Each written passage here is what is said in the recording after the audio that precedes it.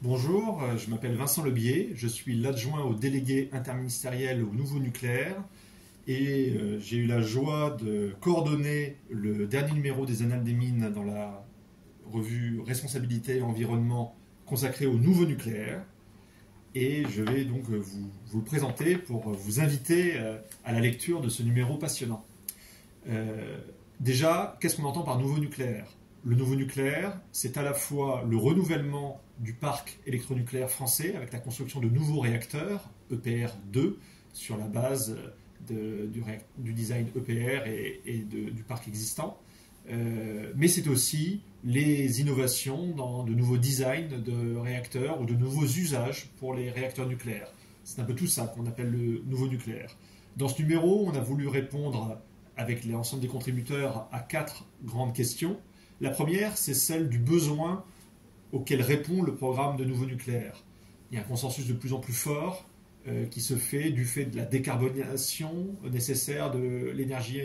en France, du fait de l'autonomie stratégique, de l'indépendance énergétique qui est recherchée par notre pays, d'aller vers un programme de nouveau nucléaire en complément des développements des énergies renouvelables et bien entendu de la poursuite de l'activité du parc existant pour boucler notre équation énergétique. Et donc ça, c'est un peu tout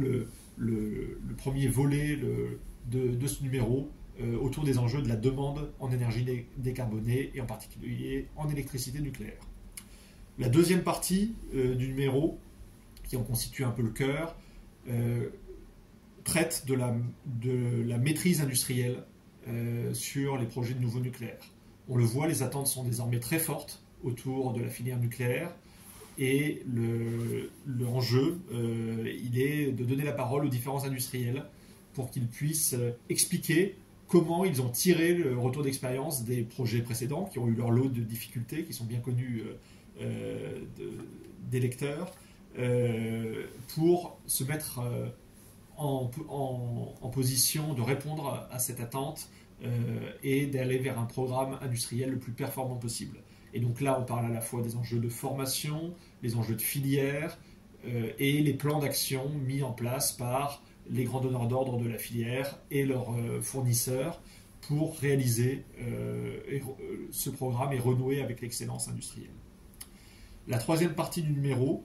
elle est autour de l'idée que le nouveau nucléaire est une contribution importante au service de la réindustrialisation du pays, à la fois parce qu'il va tirer toute une chaîne d'approvisionnement vers le haut, en lui apportant de la charge, en lui apportant un niveau d'exigence élevé, mais aussi qu'il va sans doute attirer des industriels fortement consommateurs d'électricité, avec de l'électricité décarbonée, compétitive, pour là aussi réussir ce pari de la réindustrialisation de la France.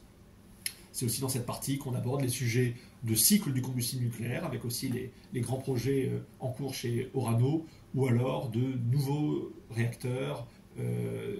nucléaires, ce qu'on appelle les SMR, les AMR, et aussi toute la dynamique d'innovation qui est à l'œuvre dans cette filière.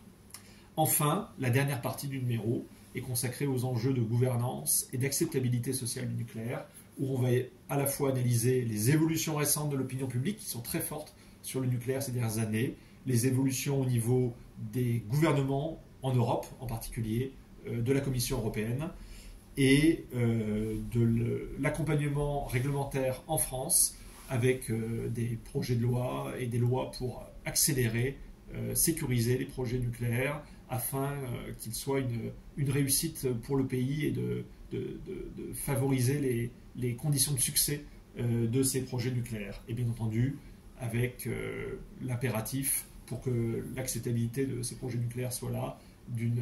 parfaite maîtrise de la sûreté nucléaire et de la gestion des déchets. Là encore, vous trouverez dans ce numéro des Annales des Mines des articles sur ces sujets. Donc j'invite vraiment tous les lecteurs à découvrir, à lire ce numéro des Annales des Mines, et j'espère qu'ils trouveront matière à enrichissement et apprendront beaucoup de choses donc, dans ce numéro, pour lequel je remercie une fois de plus tous les contributeurs